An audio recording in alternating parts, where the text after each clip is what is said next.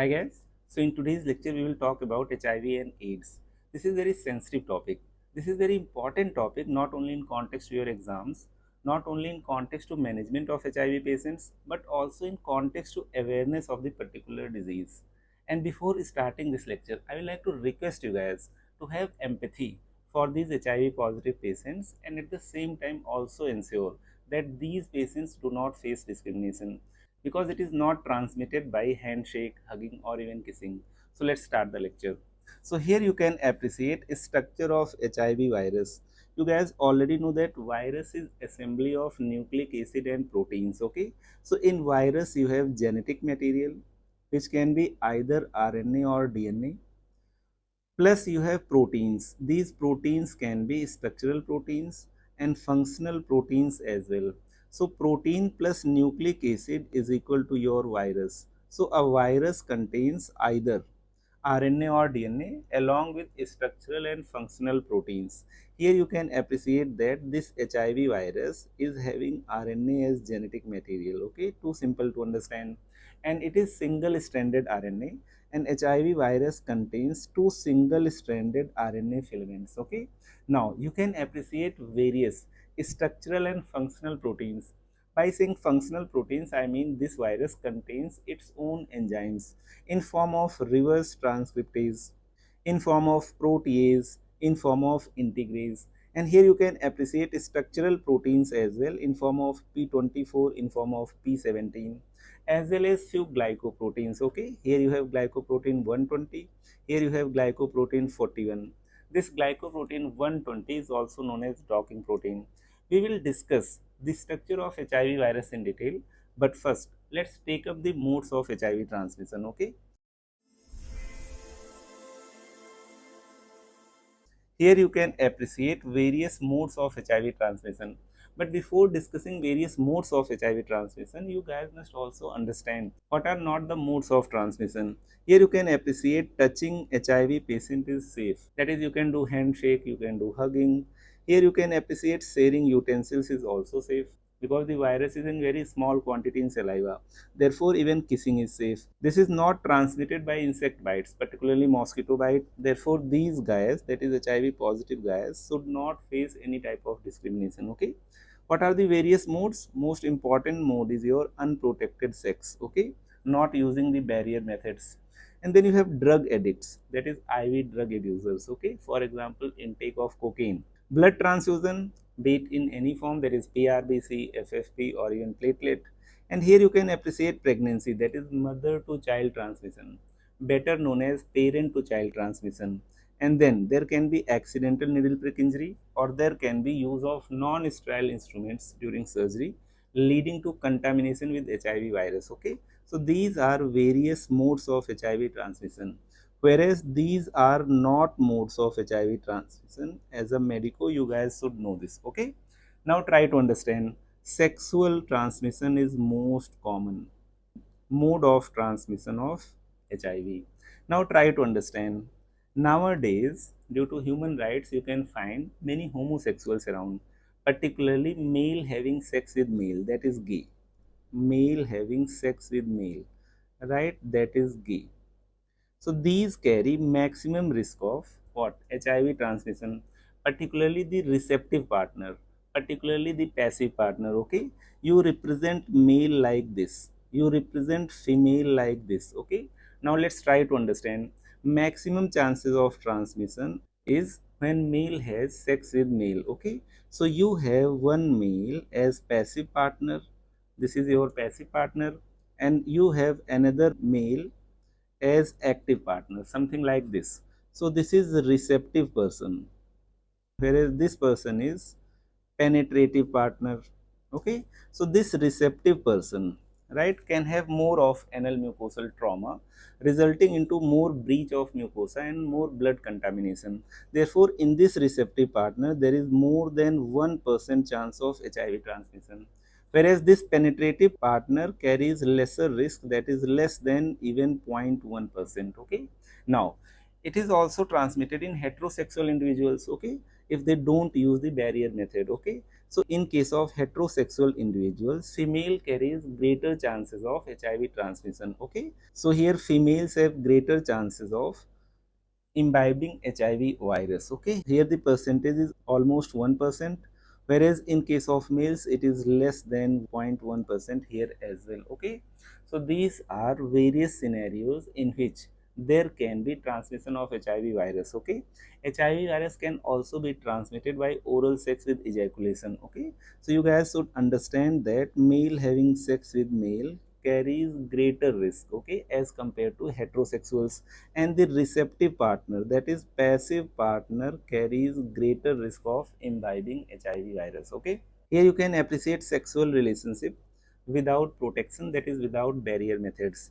Here you can appreciate sharing of needles, particularly in drug addicts, particularly those drug addicts who are used to IV drug injections. Okay, so what are IV drugs which are taken? Particularly you can mention over here fentanyl, right? You can mention cocaine. Okay, that is opioids. These are common drugs which are taken by IV routes, and these drug addicts particularly believe in sharing and caring. They are very lovely individuals. Okay, they like sharing, they like the sharing of needles as well, and therefore there is high risk of HIV contamination because there can be repeated needle prick. Okay, so it carries chances in the ratio of 1 is to 150. There can be accidental needle prick injury as well in hospitals, particularly accidental needle prick injury. Later on, we will also talk about post-exposure prophylaxis. And in case of accidental needle prick injury, there is chance of HIV transmission 1 in 300. Okay, and when there is exposure to contaminated blood, chances of HIV transmission is very high. But nowadays we screen blood properly. Therefore, transmission via this blood transfusion has become very rare nowadays. Okay, and here you can appreciate vertical transmission, that is mother to child transmission. Okay, we will discuss. There is high chances of HIV virus passing via placenta during antenatal life, during delivery due to blood contamination, and even after delivery due to breastfeeding. But over period of time, we will discuss that even in HIV positive mothers, you will advise breastfeeding provided that mother is taking ART and newborn is taking prophylaxis. Okay, here you can appreciate two lovely individuals, right? I did talk about male having sex with male, right? These gays are enjoying their life. Okay, but if they don't use the protection methods, they can imbibe HIV if any one of them is infected. Okay, here you can appreciate again IV drug abuse, and there can be repeated needle prick, and repeated sharing can result into transmission of HIV. Okay, I did talk about cocaine and fentanyl. Okay, now here you can appreciate guys partying hard. Okay, partying hard is not sin, but if they are drug addicts, particularly if they are used to IV drugs, and particularly if they share the needle, then particularly there is high chance of HIV contamination. Okay, in the ratio of 1 in 150. Okay, now here you can appreciate that guys getting tattoo. Okay, so there can be miscellaneous methods for HIV transmission as well. Nowadays you can get piercing of any part of your body. Similarly, nowadays you can also get tattoo over any part of your body, and if this syringe is contaminated with someone's blood, it can result into transmission of HIV as well. Okay, now let's summarize. We have talked about various modes of HIV transmission. We have talked about males having sex with male. We have also talked about heterosexuals, right? And particularly in heterosexuals, females carry more chances of imbibing HIV virus as compared to males. Okay, and in case of males having sex with male, the receptive partner has greater chance of imbibing HIV virus. Okay, now here you can appreciate IV drug abuse, and we did talk about sharing of needles, and here you can appreciate occupational exposure, particularly in healthcare workers, particularly due to accidental needle prick injury. And when we will talk about accidental needle prick injury, we will talk about post exposure prophylaxis, that is represented as PEP. Here you can appreciate perinatal transmission, better known as mother to child transmission. Nowadays it is known as parent to child transmission. Here you can appreciate serodiscordant couple. Serodiscordant couple means one partner is HIV positive and the other one is HIV negative.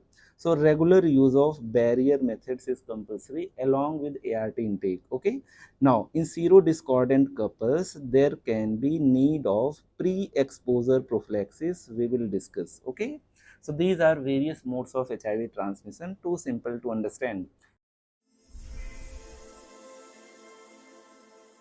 Now let's talk about HIV virus structure in detail. As we have already discussed that virus is assembly of proteins and nucleic acid, that is genetic material, and this genetic material can be either DNA or RNA. So this retrovirus contains RNA as genetic material, and then you have structural and functional proteins we will discuss. Here you can appreciate RNA as genetic material. And here you can appreciate a structural protein in form of P17, and here you can appreciate various functional proteins, for example reverse transcriptase, for example integrase, and for example protease. Okay, so this virus contains RNA as a genetic material. You have two single stranded RNA filaments, and then you have structural proteins, particularly P17 and P24, and here you have functional proteins, that is enzymes, that is reverse transcriptase, integrase, and protease. Okay, so you have RNA as genetic material, that is single stranded RNA, but you have two filaments in HIV-1 virus. Okay, now try to understand. You have only RNA as genetic material, but during life cycle of this virus, over period of time, with help of enzyme reverse transcriptase, there will be formation of complementary DNA. Okay, so during life cycle of this HIV virus, there will be presence of HIV DNA as well, particularly important in diagnosis of neonatal HIV, particularly at 6 weeks of life. Okay, we will discuss. So this virus contains RNA as genetic material, and most important functional protein over here is your reverse transcriptase enzyme. This can convert RNA into DNA. Usually, as per central dogma, there is formation of RNA from DNA. Okay, so this particular virus do not follow this central dogma. Now you have other enzymes as well. For example, you have integrase, right? For example, you have protease. We will discuss utility of these enzymes in detail, along with the concept of antiretroviral drugs used in antiretroviral therapy. Okay, that is ART. Then you have structural proteins in form of P17, in form of P24. These are structural proteins. Okay, so this is simplest description of this HIV virus. And in early diagnosis, you can go for RNA titer, you can also go for P24 antigen. Over period of time, there will be formation of antibodies after the window period. Okay, so this is the structure of HIV virus. Let's discuss this particular structure again and again. Now here you can again appreciate the structure of HIV virus, and you can appreciate two RNA filaments. These are two RNA filaments. Okay, that is single stranded RNA filaments. And now you can appreciate functional proteins in form of enzymes. You have reverse transcriptase, you have integrase, and then you have protease. So how to remember these functional proteins? You can remember in form of RIP, that is reverse transcriptase, that is integrase, and then you have protease. Okay, later on we will talk about antiretroviral drugs as well based on the inhibition of these enzymes. And then you have structural proteins. You can very well appreciate the structural proteins. Particularly important over here is your P24, which will behave as antigen.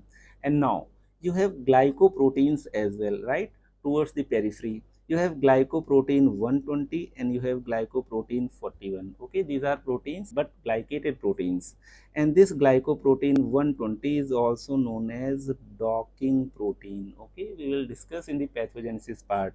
So you have structural proteins and then you have glycoproteins as well. Particularly we will talk about glycoprotein 120 and glycoprotein 41. Okay, right. So this is the structure of HIV virus.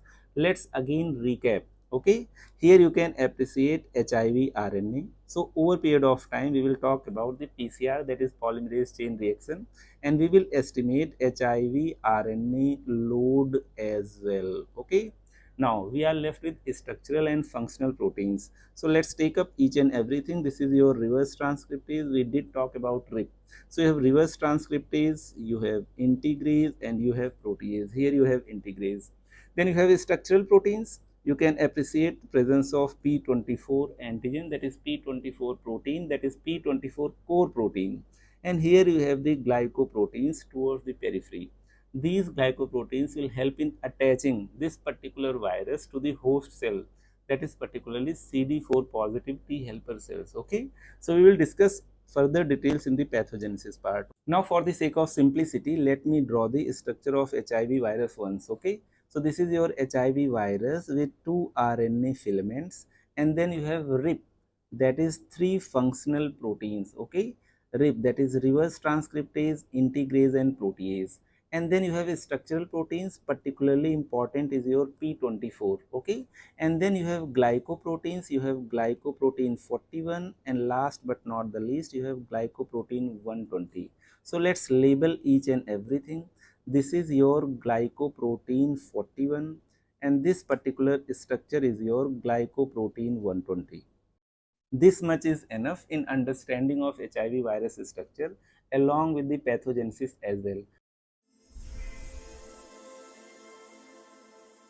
So now let's take up pathogenesis of HIV along with the HIV virus life cycle. Okay, here you can appreciate that this HIV virus is attacking your CD4 positive T helper cells, and over period of time there will be multiplication of this virus along with destruction of CD4 positive T helper cells, resulting into lowering of CD4 count, resulting into lowering of immunity, resulting into more of opportunistic infections, ultimately also resulting into malignancies. We will discuss.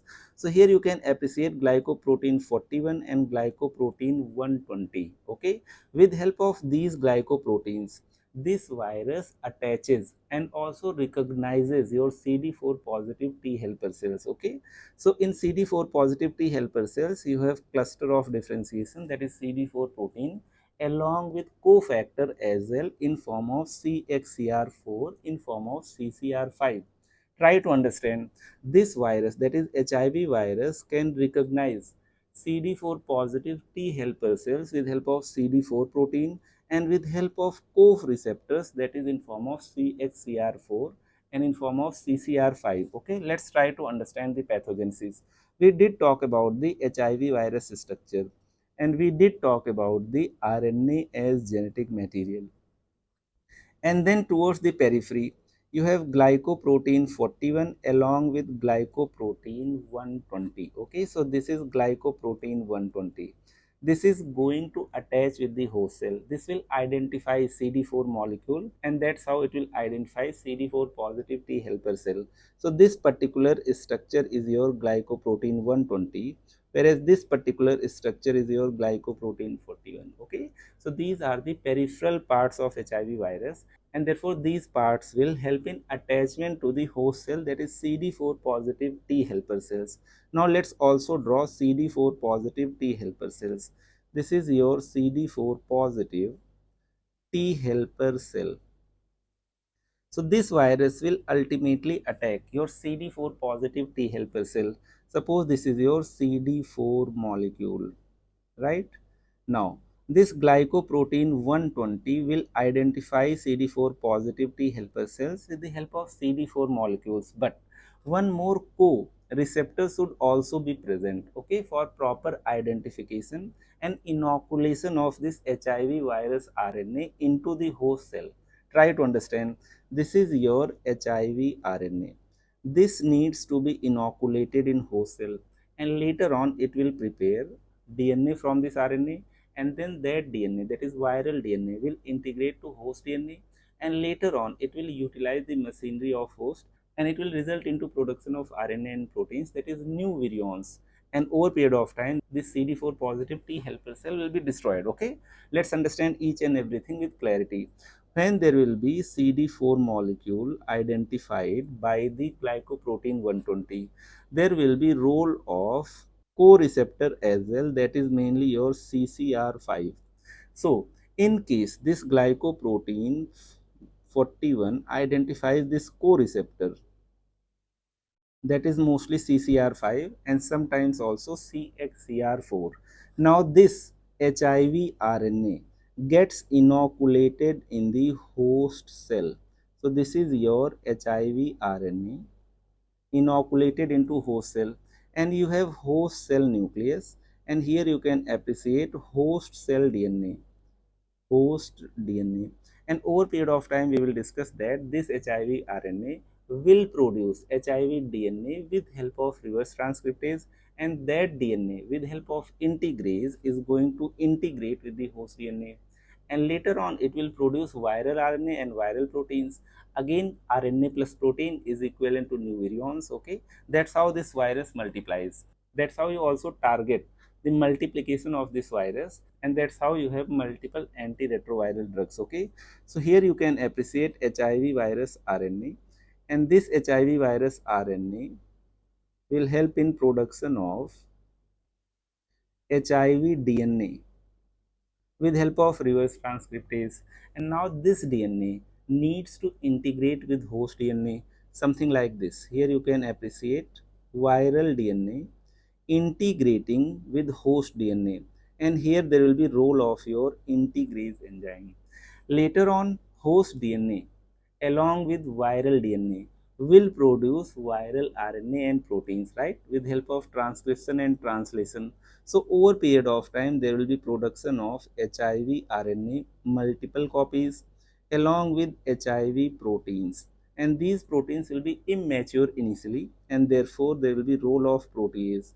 So there will be formation of mature proteins. Now you can understand that there will be multiple copies of RNA along with mature proteins that will lead to the formation of multiple new viruses, that is virions, and ultimately this T cell will be destroyed. That's how CD4 count keeps on decreasing, right, after a period of latency, and there will be occurrence of opportunistic infections and sometimes even malignancies. Okay, so I hope I am very clear with this pathogenesis part. Here you can appreciate that this particular HIV virus identifies host cell particularly with help of CD4 molecule, but insertion of this HIV viral RNA into host cell is mediated with help of this co-receptor, that is CCR5, with the interaction of the glycoprotein 41. Try to understand, in case there is mutation of this CCR5, in case if there is mutation of this CXCR4, there will be a reduced entry of this virus into host cell. So people having mutation of this CCR5 and CXCR4 are partially immune to HIV virus infection. Okay, and therefore it has been seen that people of North Europe are particularly immune, resistant to HIV infection. Okay, if there is mutation of CCR5 or CXCR4, it will result into what? Resistance to HIV infection, particularly seen in people of Northern Europe. Okay, so let's understand this pathogenesis once again. So here you can draw host cell, and here you can draw host DNA, okay, in the nucleus. Now let's appreciate entry of the HIV virus RNA. So this is your HIV virus, and this particular thing is your HIV RNA. Okay, and we did discuss that glycoprotein 120 will identify CD4 molecule, and now this glycoprotein 120 will adhere to the host cell membrane. Okay, and then with help of co-receptor, that is particularly your CCR5, there will be inoculation of this viral RNA into host cell. Now this is your HIV RNA, too simple to understand. Now this RNA will be converted into HIV DNA with help of reverse transcriptase enzyme. Now this DNA will integrate with host cell DNA, something like this, with help of enzyme integrase, and over period of time it will result into again production of HIV RNA. right, along with what? Proteins. But these proteins are not mature initially, therefore they will require enzyme protease, and now it will result into formation of mature proteins. And you have HIV RNA multiple copies already. So these are your new viruses. We did talk that virus is assembly of genome, that is nucleic acid and proteins, okay. And over period of time there will be CD4 positive cell destruction, and therefore there will be reduction in CD4 cell count, okay. But with introduction of ART, that is antiretroviral therapy, over period of time, because it will target particular checkpoints in this HIV virus cycle, resulting into transient increase in CD4 count as well during the treatment, okay. Now try to appreciate, and now try to revise. Here you can appreciate docking protein glycoprotein 120 attaching with the CD4 positive T helper cell, fusing with the host cell, okay. That is fusion of HIV virus with host cell. And over period of time, with help of CCR5, that is co-receptor, there will be entry of HIV RNA into host cell. And with help of reverse transcriptase, that is, it is a retrovirus, this RNA will be converted into DNA, and this DNA will integrate to host cell with help of integrase, as the name itself indicates. And then it will produce its own RNA along with proteins, but proteins will be immature, matured by the enzyme protease. And mature proteins, that is functional as well as structural, along with HIV RNA will form new viruses, and over period of time this cell will be destroyed, resulting into decrease in CD4 count, okay. Now let's try to understand the antiretroviral drugs as well, based on the understanding of the pathogenesis of this HIV, okay. Here you can appreciate a diagram showing multiple antiretroviral drugs, okay, right. So we were talking about HIV cycle. Here you can appreciate entry of HIV virus RNA into host cell, and here you can appreciate role of reverse transcriptase. We have already talked about reverse transcriptase, integrase and protease, that is your functional proteins, that is your RIP, very important in the pathogenesis. And then HIV DNA will integrate with host cell DNA, and later on there will be production of HIV RNA along with HIV proteins. Right, now let's talk about the antiretroviral drugs along with the pathogenesis. Here you can appreciate HIV virus, and you can appreciate entry of HIV viral RNA into host cell, and then with help of reverse transcriptase it will be converted into HIV DNA, and with help of integrase it will integrate with host cell DNA, and over period of time it will form viral RNA along with viral proteins, and it leads to the production of new virions, okay. And over period of time this CD4 positive cell will be destroyed, resulting into lowering of CD4 count. So you have antiretroviral drugs particularly targeting your reverse transcriptase, particularly targeting your integrase, particularly targeting your protease. So among antiretroviral drugs you have reverse transcriptase inhibitors, you have integrase inhibitors, you have protease inhibitors as three important classes of antiretroviral drugs. So we will discuss antiretroviral drugs in detail in our discussion on antiretroviral therapy. Apart from these three drugs, you have fusion inhibitors as well in form of enfuvirtide, and you have one more drug by the name of maravirat that will inhibit your CCR5 receptors, okay. We did talk about the role of co-receptor, that is CCR5. So apart from these three classes of drugs, you have fusion inhibitors. These fusion inhibitors will inhibit binding of glycoprotein 120 to the host cell, okay. So these are known as enfuvirtide. By the name itself you can understand fusion inhibitor. And now you have one more drug which will inhibit entry of viral RNA into host cell, that is, it is going to inhibit your CCR5 co-receptor, and this CCR5 co-receptor inhibitor is your maraviroc. So these are important classes of antiretroviral drugs, and most important class of antiretroviral drug is your reverse transcriptase inhibitors, okay. Later on we will talk about nucleoside reverse transcriptase inhibitor, nucleotide and non-nucleoside reverse transcriptase inhibitors. So by this simple diagram you can understand the pathogenesis as well as the antiretroviral drugs and their action. Okay, fusion inhibitor is not your maravirac, it is your enfuotide, and then you have CCR5 receptor inhibitor in form of maravirac. Okay, so this is correct classification of antiretroviral drugs. We will study it again and again. Okay, now let's recap. You have reverse transcriptase inhibitors. We are talking about antiretroviral therapy, and as of now we are discussing antiretroviral drugs. So among reverse transcriptase inhibitors, you have nucleoside reverse transcriptase inhibitors, you have nucleotide reverse transcriptase inhibitors, also represented as small nRTIs. You have non-nucleoside reverse transcriptase inhibitors. Okay, so these are most important group of drugs in your antiretroviral therapy. Okay, that is reverse transcriptase inhibitor, the principal enzyme, that is primary enzyme of retroviruses. Then you have integrase inhibitors. Okay, we will talk about gravirs, that is raltegravir, dolutegravir. Okay, and then you have protease inhibitors.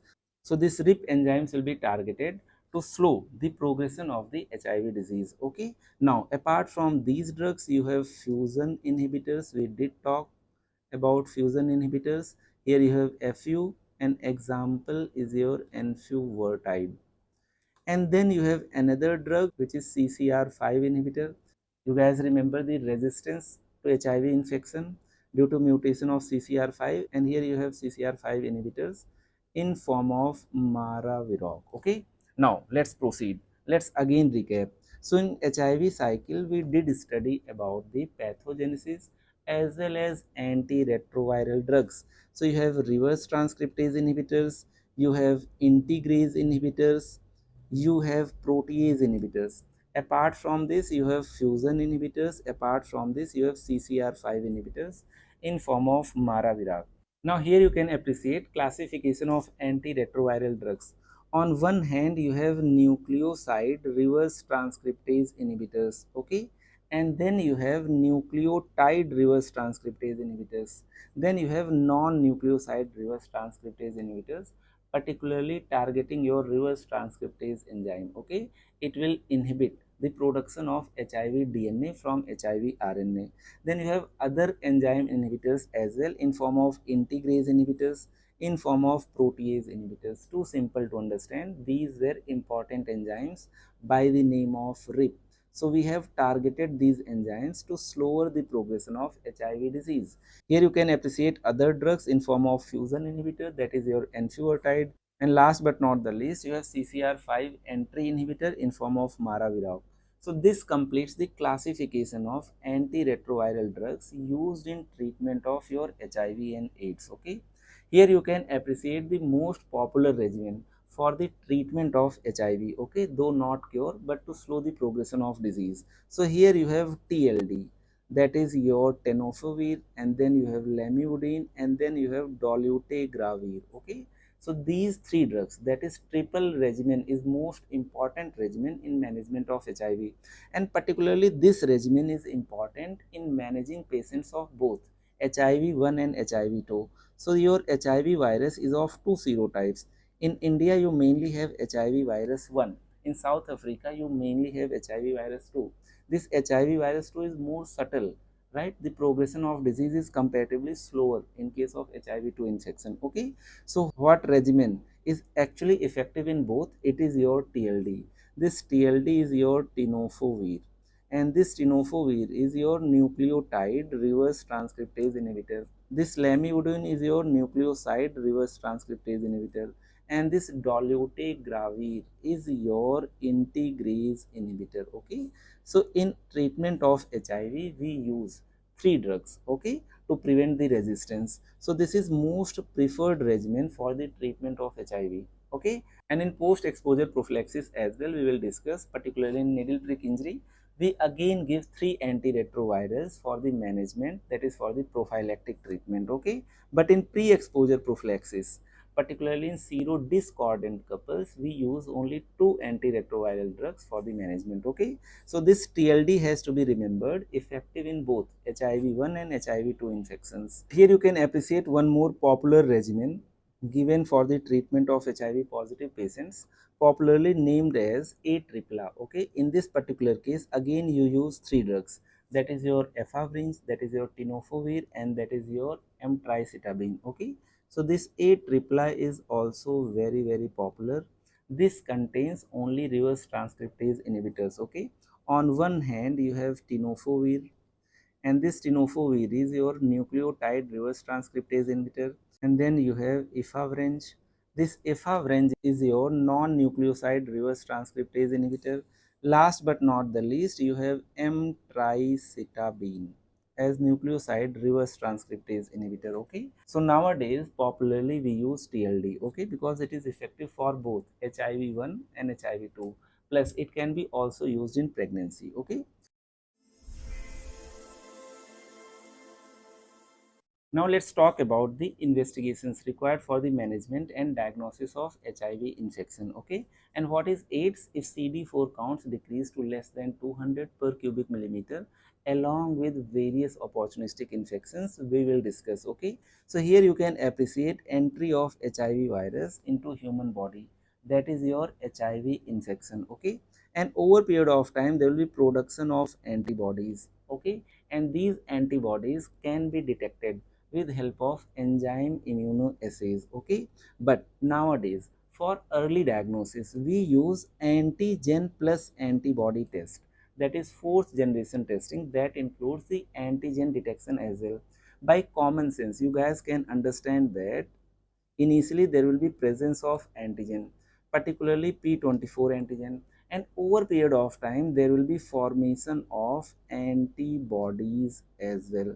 So initially you can detect P24 antigen, and over period of time there will be production of antibody as well. Okay, so this antigen presence will be seen first, followed by this antibody. So nowadays for better sensitivity of the test we use fourth generation HIV testing in form of antigen plus antibody testing, in form of antigen test, that is detection of P24 antigen, along with detection of antibodies with help of enzyme immune assay. So this particular test, that is fourth generation testing, can detect infection as early as 3 weeks. Okay, now try to understand, before this particular test you can also employ nucleic acid amplification test for the earliest diagnosis of your HIV infection. Okay, so you can go for HIV RNA titer. Okay, now try to understand. So in diagnosis of HIV, first you have to detect what P24 antigen along with antibody. Later on you have to differentiate whether it is HIV-1 or HIV-2, so you need to go for differentiation assay, and later on you have to also confirm the viral load, so that you have to treat this patient accordingly, and ultimately you intend to decrease the viral load, to decrease the progression of disease, and also to decrease the transmission of the disease. Okay, so here you can appreciate HIV virus infection. Over period of time there will be production of antibody, but this production of antibody will take time. So till the antibody becomes detectable, this particular thing is known as window period. In window period you will need to detect the antigen or HIV RNA. Okay, because antibody is yet to be formed. Let's recap this particular diagram. So here you can again appreciate various investigations for diagnosis of HIV.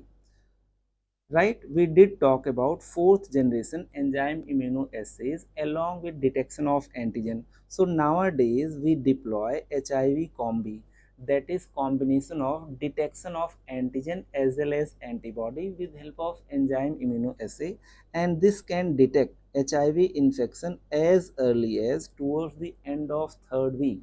But if you intend to detect HIV infection earlier to this particular third week period, you can go for HIV RNA PCR, that is nucleic acid amplification test. See, antibody production will take time.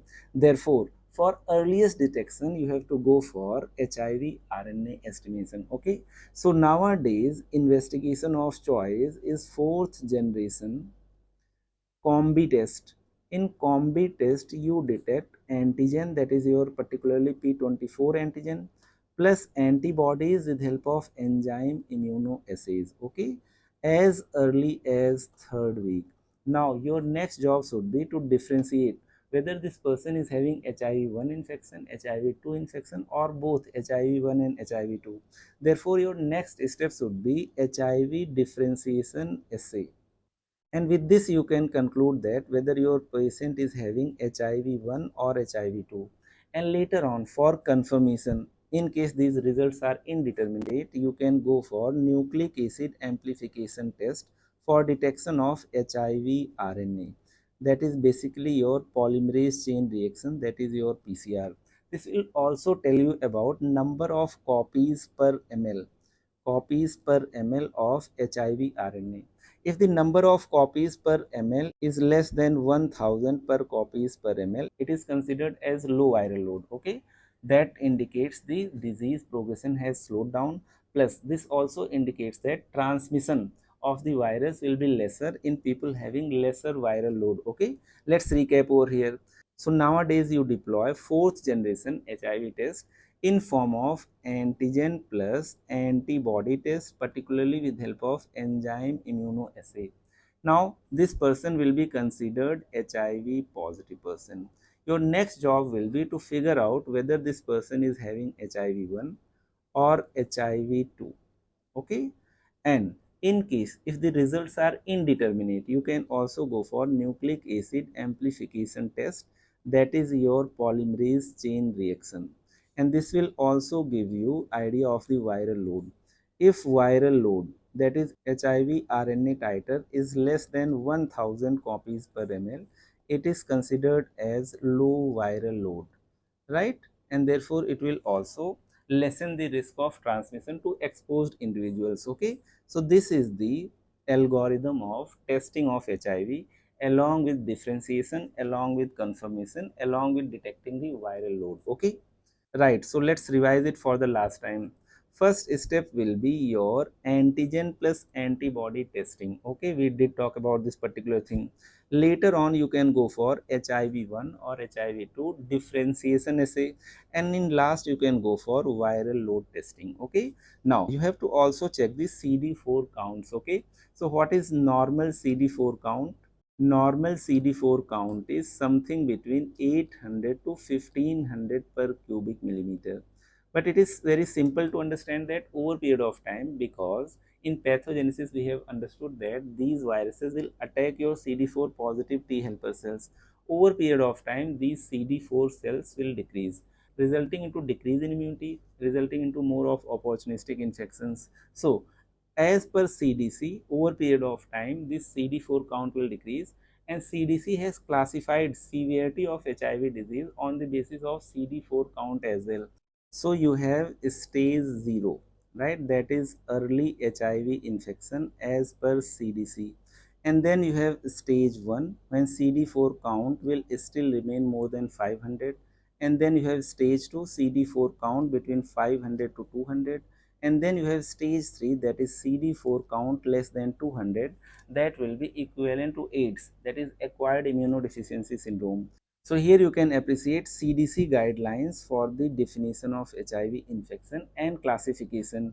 Stage 0 is early HIV infection, then in stage 1 you have over 500 CD4 cells still left, 500 to 200 stage 2, anything less than 200 will mean that this patient is suffering from AIDS. Okay,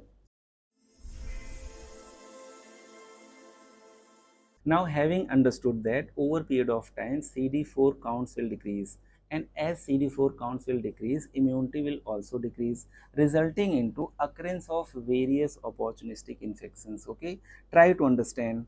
If CD4 count goes below 500, okay, two infections will be particularly commonly seen in HIV patients. You have tuberculosis and herpes zoster. Okay, you guys understand varicella zoster. Over period of time it becomes dormant and it can reactivate in form of herpes zoster. So you have two latent infections particularly getting activated as the CD4 count decreases. Okay, We have already studied that normal CD4 count is usually more than 800 per cubic millimeter. But as the CD4 count will decrease, immunity will decrease. So if CD4 count decreases less than 500 per cubic millimeter, so by mnemonic you can understand that latent infections will become active. And when we talk about latent infections, we talk about latent tuberculosis, right? Therefore, we will also talk about preventive isoniazid therapy, and we can also take example of herpes zoster virus, which can result into shingles. Okay, too simple to understand. I'm talking about decrease in immunity. So latent infections will become active, and you guys know about two latent infections, that is herpes zoster virus resulting into shingles, and your latent TB, which might proceed into or progress into active tuberculosis. So this has to be appreciated. Okay, so as the CD4 count will decrease, there will be more of occurrence of opportunistic infections, and if it goes less than 200, it will be classified as AIDS. And as the CD4 count further decreases, till now we were talking about mycobacterium tuberculosis, but over period of time, as the CD4 count further decreases, there will be occurrence of infection by atypical mycobacteria as well, particularly your Mycobacterium avium complex, that is your Mycobacterium avium and Mycobacterium intracellulare. As the name itself indicates, it is MAC, that is Mycobacterium avium complex. Therefore, treatment regimen for this MAC will also include your macrolide, and macrolide of choice over here is your clarithromycin, right, along with ethambutol. So when you talk about treatment of tuberculosis, you mainly talk about mainly four anti-tubercular drugs, that is HREZ. You guys already know all these things, that is isoniazid, rifampicin, ethambutol and pyrazinamide. But if it is by atypical mycobacteria, then treatment regimen will change. In this particular case, MAC will be most common organism, and MAC will be the drug of choice, that is your clarithromycin along with ethambutol. Okay, so we will discuss the CD4 counts hand in hand with opportunistic infections. I have just told you that initially there will be activation of latent infections, be it herpes zoster or tuberculosis, and later on even atypical mycobacteria can infect this particular person, particularly if CD4 counts decrease below a critical level, maybe below even 50 per cubic millimeter. Okay, now let's talk about various opportunistic infections in patients of HIV, represented as OIs. So over period of time, CD4 counts will keep on decreasing. Okay, particularly when CD4 counts become less than 500, right? It results into opportunistic infections, and we did talk about two infections, particularly herpes zoster virus and particularly your mycobacterium tuberculosis. And we did talk about the extreme thing, that is if CD4 count becomes lesser than 50, it can also result into infection by atypical mycobacteria. Initially there will be superficial infections or infections involving the peripheral most mucosa. So here you can appreciate infection by candida, and this particular thing is known as oral candidiasis. But as the CD4 count will keep on decreasing, this infection will go deeper and deeper. So over period of time, it can result into esophageal candidiasis as well as the disease progresses. Okay, so initially there are superficial infections and over the mucosa which is exposed. Okay, so you have oral candidiasis, that is fungal infection, particularly known as your oral thrush. But later on there can be esophageal candidiasis, that is this infection can go even deeper with progression of disease. Here you can appreciate herpes zoster infection, and you guys understand that varicella zoster virus causes varicella, that is your chicken pox. You guys understand that this chicken pox can happen only once in life, but this varicella zoster virus becomes dormant and gets into dorsal ganglion, and over period of time when immunity decreases, it can convert and reactivate itself in form of herpes zoster virus. Now this can result into shingles. Here you can appreciate presence of shingles in a particular dermatome due to reactivation of varicella zoster virus, okay, in form of herpes zoster virus. Too simple to understand. And here you can appreciate problem at the lateral aspect of tongue. Okay, sometimes blackening is present and sometimes white striations are present, particularly at the lateral aspect. Okay, this is not candidiasis, this is oral hairy leukoplakia caused by Epstein-Barr virus. Okay, you can understand that there will be more of infections due to fall in immunity, and here you have infection with the help of Epstein-Barr virus. And over period of time, we will discuss other infections as well due to this Epstein-Barr virus, particularly in HIV positive patients. Here you can appreciate herpes infection, that is your herpes labialis, and here you can appreciate genital herpes. You have herpes simplex virus 1, you have herpes simplex virus 2. This herpes simplex virus 1 mainly affects organ above diaphragm. So this can lead to orolabial herpes, that is herpes labialis, whereas this HSV2 causes infection below diaphragm, and this can result into genital herpes. You can very well appreciate the lesion over here. This is your genital herpes. Okay, now as the CD4 counts keep on decreasing, the candida infection can go further deep, and here you can appreciate endoscopy picture showing esophageal candidiasis. Okay, now let's talk about WHO classification of HIV as per clinical features, as per presence of opportunistic infections and other features. It might be in form of malignancy as well. In clinical stage 1, patient is mainly asymptomatic. However, sometimes glandular enlargement can be there, that is known as persistent generalized lymphadenopathy. Over period of time, as the CD4 counts decrease, patient will progress to clinical stage 2. In clinical stage 2, there will be presence of superficial infections, particularly of skin and mucosa. Okay, now try to understand. As per WHO, if CD4 counts decrease to below 200 per cubic millimeter, plus patient progresses to stage 3 or 4, this particular condition is considered as AIDS, that is acquired immunodeficiency syndrome, right? So in clinical stage 1, patient will be mainly asymptomatic, whereas in clinical stage 2, patient will become symptomatic, and this patient will experience thinning. So in this particular case, there will be weight loss, but weight loss will be less than 10% along with superficial skin and mucosal infections. Okay, not very deep ones. Okay, infections. Here you can appreciate recurrent sinusitis, tonsillitis, otitis media, pharyngitis, etc. You can appreciate activation of varicella zoster virus in form of herpes zoster virus. You can appreciate superficial fungal nail infections, particularly in form of onychomycosis, etc. So in stage 2, there is no life threatening opportunistic infection, but as the disease progresses, as the CD4 count keeps on decreasing, the patient will proceed to stage 3, that is clinical stage 3 as per WHO. Now, infections will be more life threatening and infective agents can go into deeper structures. Okay, here you can appreciate weight loss more than 10% along with chronic diarrhea along with persistent fever of more than 1 month. Okay, normally diarrhea or fever usually lasts for 1 week, 2 week, but in this particular case there can be persistent diarrhea lasting for more than 1 month, persistent fever lasting for more than 1 month, along with severe weight loss. This person can become cachexic.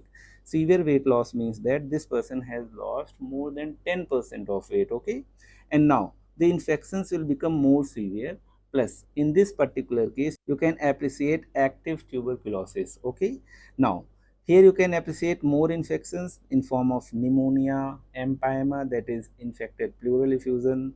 You can also appreciate anemia, neutropenia, thrombocytopenia if you happen to analyze the complete blood count. So in case of clinical stage 3, there will be weight loss more than 10%. In case of clinical stage 3, fever will be long lasting for more than 1 month. Even diarrhea will be very, very long lasting. Plus, the important infection over here is your Mycobacterium tuberculosis. I am not talking about atypical mycobacteria. Atypical mycobacterial infection will be commonly seen in WHO clinical staging 4. Okay. Now let's talk about WHO clinical stage 4. Now this person will become cachexic. known as HIV wasting syndrome. Plus, there will be more life-threatening opportunistic infections, and there can be occurrence of malignancies as well secondary to these opportunistic infections. Let's discuss. So, WHO clinical stage 3 or clinical stage 4 with CD4 counts less than 200 per cubic millimeter is equivalent to AIDS. Here, let's talk about various infections and malignancies as well in WHO clinical stage 4. Let's appreciate this particular organism, that is Pneumocystis xerovesi.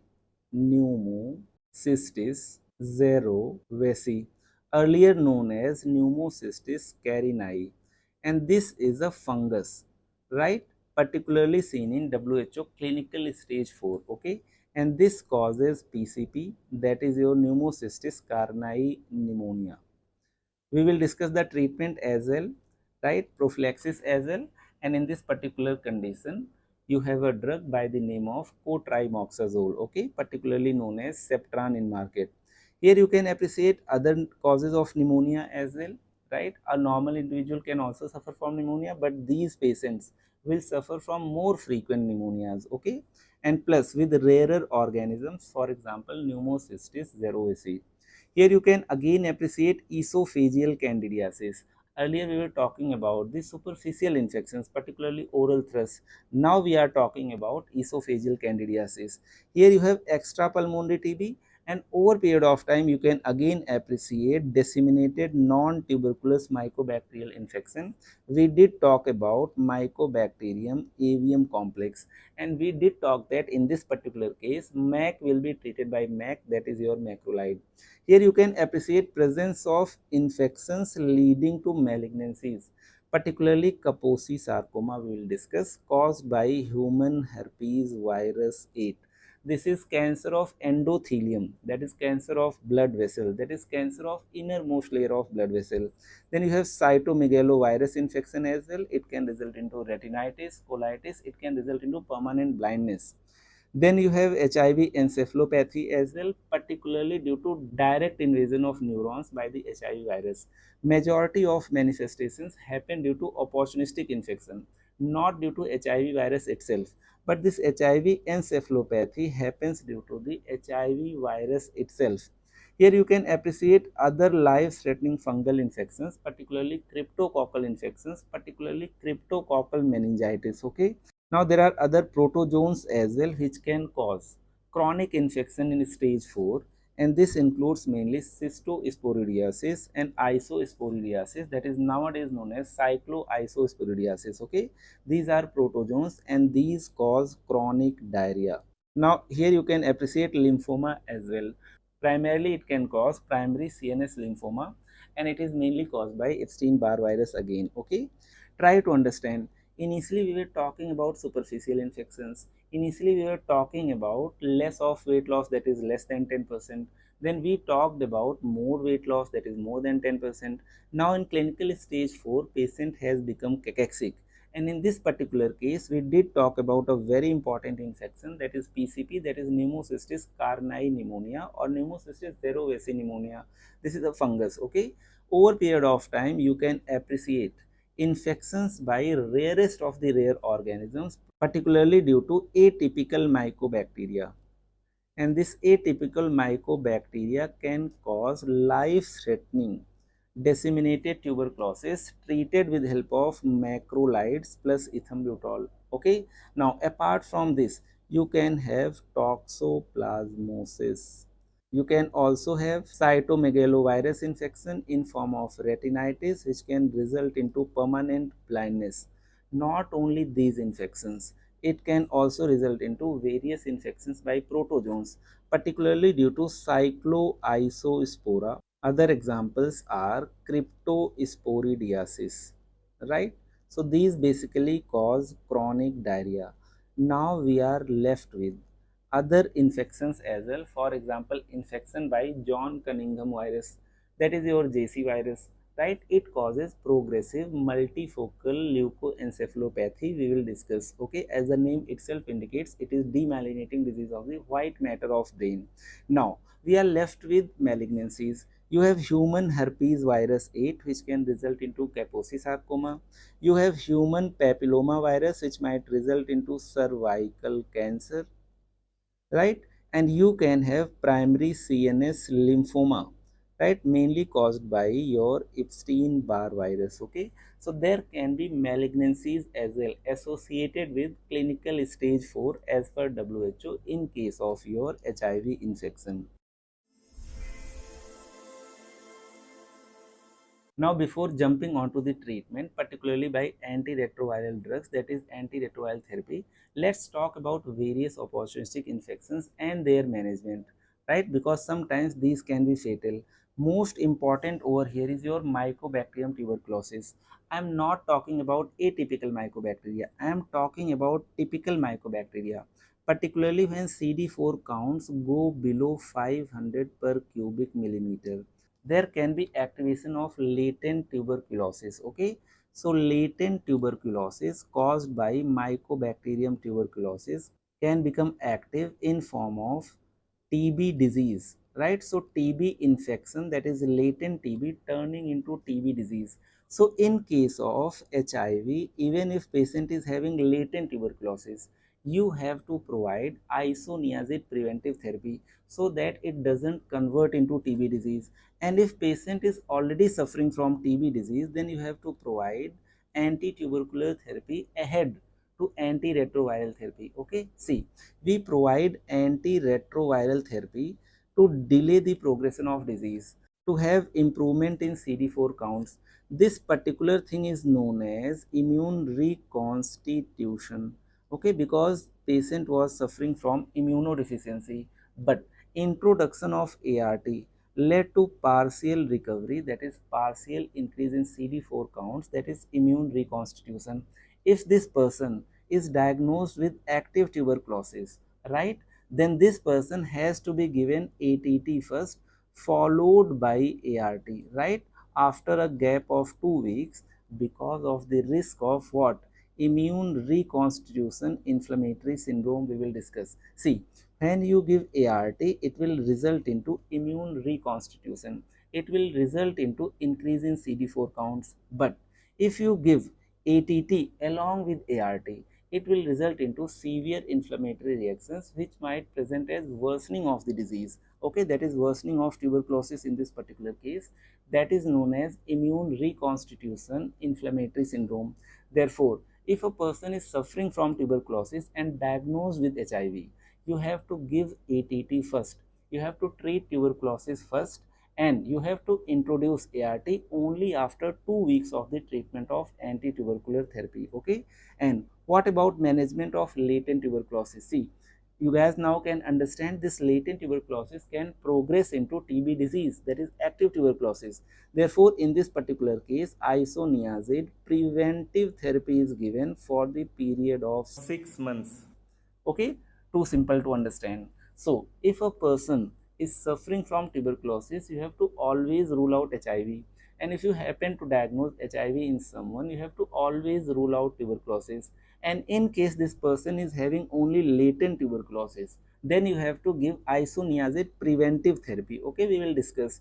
But if this person is already having active tuberculosis, then you have to give ATT first, followed by ART, to prevent this immune reconstitution inflammatory syndrome. Okay, so this Mycobacterium tuberculosis infection is very common in patients of HIV, particularly when CD4 counts go below 500, and if CD4 counts go below 50, it will result into infection by atypical mycobacteria as well, that is Mycobacterium avium complex, that will require MAC, that is macrolide. Okay, so here you have various methods by which you can detect tuberculosis in HIV positive patients. Okay, so nowadays we prefer CBNAT, that is cartridge based nucleic acid amplification test, right? That is your PCR based test for proper detection of tuberculosis. Okay, so this CBNAT will be investigation of choice, and if you happen to detect the resistance apart from the rifampicin component, then you can also go for line probe assay. So here you can appreciate line probe assay, and here you can appreciate CBNAT test for the diagnosis of tuberculosis as well as for the confirmation whether it is drug sensitive or drug resistant tuberculosis, because treatment will be given accordingly. Okay, here you can appreciate isoniazid preventive therapy, that is your IPT.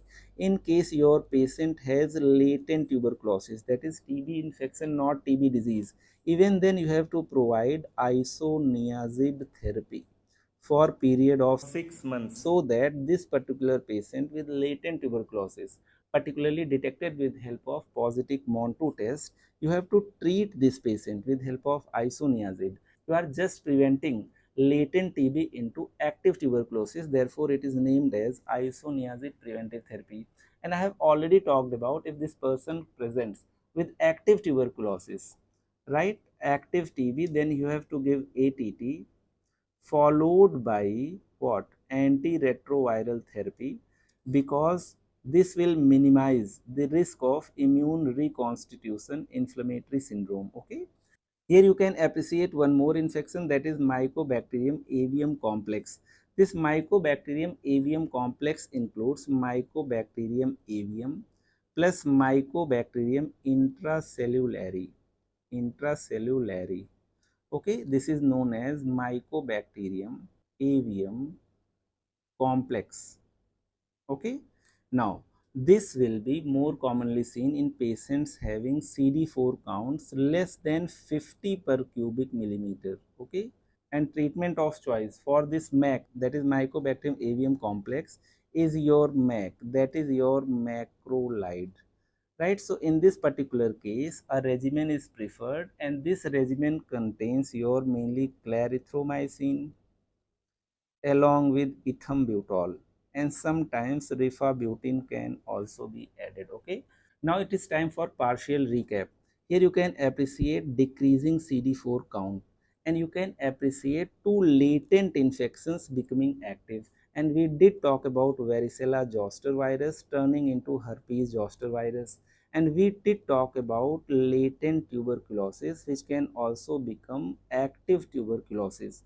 So initially you can find infections in form of varicella zoster virus and latent or active tuberculosis, and then you can appreciate oral candidiasis. Over period of time you can appreciate esophageal candidiasis, and with falling CD4 counts there will be severe weight loss, there will be chronic diarrhea, there will be pneumonia, particularly with PCP, that is pneumocystis carni. There can be toxoplasmosis, there can be CMV infections, there can be Epstein-Barr virus infections. Last but not the least, you can appreciate your MAC, that is Mycobacterium avium complex. Okay, and cryptococcus can also attack person, leading to cryptococcal meningitis. Now try to understand one particular thing. We did talk that there can be opportunistic infections. Usually, opportunistic infections are treated first, as we have already discussed in case of infection with Mycobacterium tuberculosis. Okay, but sometimes antiretroviral drugs has to be introduced as early as possible. Try to understand, if person is suffering from MAC, that is Mycobacterium avium complex, or if this person is suffering from your progressive multifocal leukoencephalopathy, then ART has to be introduced as soon as possible. Otherwise you have to first treat the opportunistic infections. Okay, what is your PML? This is progressive multifocal leukoencephalopathy, mainly caused by JC virus, that is your John Cunningham virus, leading to demyelination, particularly in central nervous system, that is it will result into damage of the white matter of brain. Okay, so these are various opportunistic infections occurring as the CD4 count keeps on decreasing. Okay, now, here you can appreciate immune reconstitution inflammatory syndrome. We did talk that on introduction of antiretroviral therapy, there can be increase in CD4 counts. Okay, now this is known as immune reconstitution. Okay, because you are again constituting the immune system. Okay, again rejuvenating the immune system. Now, if a person has active tuberculosis and this active TB is treated with help of ATT plus ART simultaneously, this is blunder. simultaneously. This should not be done because this can result into immune reconstitution inflammatory syndrome. See, if you happen to treat active tuberculosis with ATT, this will result into destruction of the bacteria, resulting into lot of antigenic proteins. And if you are giving ART simultaneously, it is reconstituting the immune system, so inflammatory response will be higher. Therefore, it can result into transient worsening of symptoms. Therefore, if a person is suffering from active cryptococcal meningitis, if a person is suffering from active tuberculosis, it is better to treat the condition, that is opportunistic infection, first, and later on introducing the ART, particularly after 2 to 4 weeks. Okay, this will help prevent the immune reconstitution inflammatory syndrome. That is, you will be reconstituting the immune system later on, not at the time of treatment of the active disease, because if you reconstitute earlier, it will result into more inflammatory response, it will result into transient worsening of symptoms. Okay, I hope you guys got my point. Here you can appreciate one very important infection, that is known as PCP, that is pneumocystis carinii pneumonia, right? This is fungus, nowadays known as pneumocystis zerovesi. This is fungus and this attacks your lungs, resulting into pneumonia, particularly when CD4 counts go below 200 per cubic millimeter, particularly in patients of AIDS, right? When CD4 counts decrease below 200. And what is drug of choice for the treatment as well as prophylaxis of this PCP pneumonia? It is your cotrimoxazole, and this is mainly marketed by the name of Septran. You guys might have heard this particular drug name in your earlier part of life. Okay, here you can appreciate cotrimoxazole, right? That is drug of choice in PCP pneumonia. This is marketed mainly by the name of Ciplin or Septran. Okay, drug of choice in PCP, pneumocystis carinii pneumonia. This can also be given in prophylaxis and treatment of toxoplasmosis as well. This can also be given in management of your isosporidiasis, which can cause chronic diarrhea in HIV positive patients. Okay. Now let's talk about one more opportunistic infection by the name of cryptococcal disease. See, this is caused by fungus cryptococcus, and most dreaded infection in HIV positive patients can be cryptococcal meningitis, which can be fatal. See, cryptococcal disease, that is your infection by cryptococcus, that is your fungus. Try to understand, this cryptococcus infection will not necessarily lead to meningitis, but if it leads to meningitis, it can be very fatal. So in case if there is no meningitis but infection by cryptococcus is present, then it means that it can progress to meningitis and it can result into mortality. Therefore, you have to prevent this particular progression as you are preventing latent TB infection into TB disease. Therefore, in this particular case as well, you have to provide cryptococcal preemptive therapy. Try to understand, there can be cryptococcal infection, might be in form of lung infection. It can progress into cryptococcal meningitis. Cryptococcal infection can be detected with help of cryptococcal antigen presence. And if this cryptococcal antigen is positive in CSF, it means that this patient is having cryptococcal meningitis, and you have to prevent this progression of cryptococcal infection to cryptococcal meningitis. If there is cryptococcal meningitis, you have to treat this particular patient with help of amphotericin B. But if at this point there is no cryptococcal meningitis, you have to prevent the progression of cryptococcal infection to cryptococcal meningitis with help of preemptive therapy with help of fluconazole, right? So sometimes these bird droppings, particularly pigeon droppings, contain lot of cryptococcus, right, which can go into airway, causing disease of the airway, and over a period of time it can disseminate into cryptococcal meningitis as well. So these patients are very prone for cryptococcal meningitis. Okay, so here you can appreciate pigeon dropping contains cryptococcus neoformans, and it can result into cryptococcal pneumonia, and over a period of time it can result into cryptococcal meningitis as well. So you have to prevent this progression. Therefore, you have to give cryptococcal preemptive therapy to prevent this progression with help of fluconazole. Okay, I hope you guys got my point. But sometimes there can be no cryptococcal infection, but sometimes CD4 count might be very less, that is less than 100 per cubic millimeter. In these patients, though there is no cryptococcal infection, still these patients are prone to develop cryptococcal infections, particularly cryptococcal meningitis. Therefore, in these cases, you can give cryptococcal prophylactic therapy. See, there is difference with help of fluconazole. I hope you guys are understanding this particular thing. If there is pre-existing cryptococcal infection but no cryptococcal meningitis, you have to give cryptococcal preemptive therapy with help of fluconazole. Right? This is something different. But if CD4 count is too less, that is, this patient is anyway having increased risk of having cryptococcal meningitis in near future, even though at this time there is no cryptococcal infection, even then you have to give cryptococcal prophylactic therapy with help of fluconazole to prevent any chance of having cryptococcal meningitis in future. Okay. Here you can appreciate one more infection by the name of JC virus. This is your John Cunningham virus infecting your central nervous system, particularly destroying your oligodendrocytes. You guys understand that these oligodendrocytes form myelin sheath in CNS. Your Schwann cells form myelin sheath in peripheral nervous system, and if this JC virus destroys your myelin sheath, it will result into demyelination, right, resulting into a disease by the name of progressive multifocal leukoencephalopathy.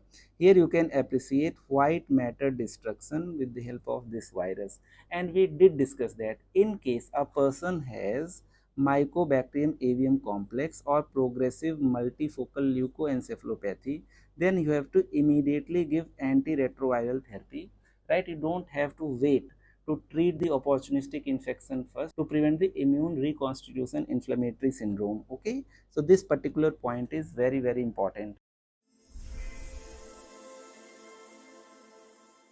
Here you can appreciate a malignancy by the name of Kaposi sarcoma. Particularly, this is malignancy of endothelium, right? That is innermost layer of blood vessel caused by human herpes virus 8 in HIV patients, particularly who have CD4 counts less than 100 per cubic millimeter.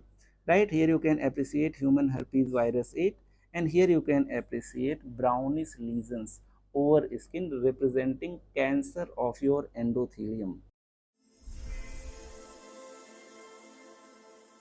Right here you can appreciate one more malignancy that is of infective origin, that is your primary CNS lymphoma, particularly due to Epstein-Barr virus in patients of HIV. Last but not the least, you have one more cancer that is caused by human papilloma virus, and that is more frequently seen in HIV patients, right, resulting into cervical cancer. Last but not the least, you have cytomegalovirus, and this infection can result into retinitis. This infection can result into colitis, and this retinitis can result into blindness. And what is drug of choice for the treatment of this CMV? See, if there is herpes infection, you have to give acyclovir. Whereas in case of CMV infection, that is cytomegalovirus, you have to give valganciclovir. This is your picture showing your CMV retinitis, and you can appreciate fluffy yellow retinal lesions over your fundus. Okay. Now, let's proceed and let's talk about one more infection that is common when CD4 counts decrease, that is your toxoplasmosis. Okay, and in toxoplasmosis, you can appreciate there will be lesions, ring enhancing lesions, and ring enhancing lesions are more common near the basal ganglia. Okay, so differential diagnosis of this toxoplasmosis can be tuberculoma or NCC, which also manifest in form of ring enhancing lesions. Now let's talk about vertical transmission of HIV. Vertical transmission, that is your mother to child transmission. And you guys know that mother to child transmission can occur in antenatal period, in perinatal period, that is during delivery, and also in postnatal period due to breastfeeding. Okay, so this is very important part of discussion of your HIV AIDS. Suppose both couples are HIV positive. Okay, suppose this is your male and female, both are HIV positive. Okay, then there is almost 15 to 20% chance of having HIV positive baby in case baby doesn't take prophylactic ART and in case these parents don't take antiretroviral therapy. But with intake of antiretroviral therapy in mother and with intake of prophylactic antiretroviral drug therapy in neonate, the chance of transmission decreases to less than 1%.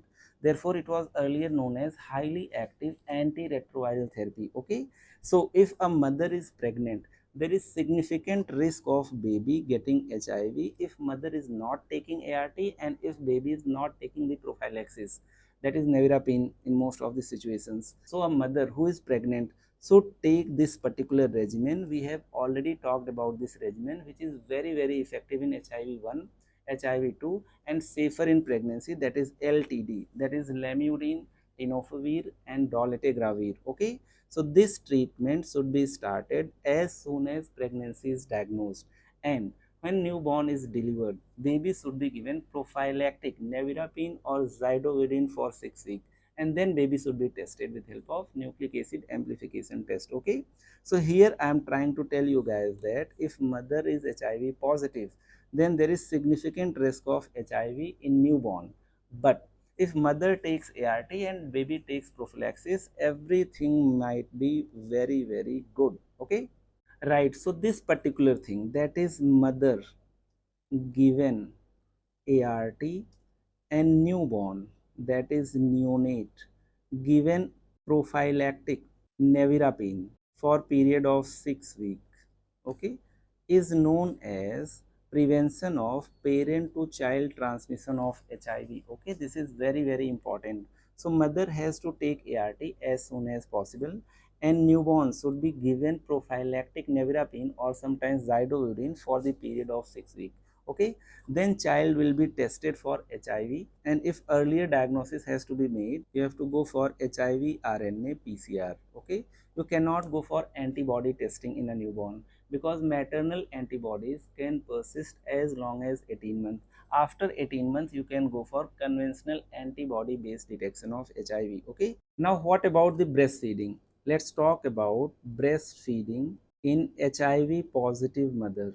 See, if HIV positive mother is taking antiretroviral drugs, mother is taking antiretroviral drugs, that is ART, and if baby, that is newborn, is taking prophylactic nevirapine, then it is advisable, particularly in developing countries like India, to provide exclusive breastfeeding. See, this mother is taking ART and this newborn is taking prophylactic nevirapine, that is antiretroviral drug. This will actually lessen the chance of transmission, and this exclusive breastfeeding is very important for the survival of the patient. Okay, see, malnutrition is very important cause of morbidity and mortality. So if chance of transmission is lessened due to intake of ART in mother and due to prophylactic antiretroviral therapy in baby, it is advisable to give exclusive breastfeeding to the newborn for the period of at least 6 months. Okay, but if mother is very apprehensive, it can be individualized as well. Okay, you can give exclusive replacement feed as well. So either you can give exclusive breastfeeding or you can give exclusive replacement feeding. Okay, but remember, in case of HIV positive infants, mixed feeding should not be practiced. I mean, breast milk along with replacement feed should not be given. Okay, you can either go with exclusive breastfeeding or exclusive replacement feeding. Okay, because if you give mixed feeding, there is more chance of having intestinal infections. If there is breach in mucosa and you are giving breast milk to and fro, then entry of virus via damaged intestinal mucosa will be facilitated and transmission of HIV will be increased in mixed feeding. Okay. Now let's talk about treatment of HIV with help of antiretroviral drugs known as antiretroviral therapy.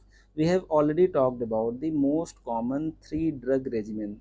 Three drugs are given particularly to prevent the resistance, and one drug should be at least your nucleoside reverse transcriptase inhibitor. Okay, and we have already discussed about the LTD regimen. Okay, three drugs, that is your lamivudine, that is your tenofovir, and then you have dolutegravir.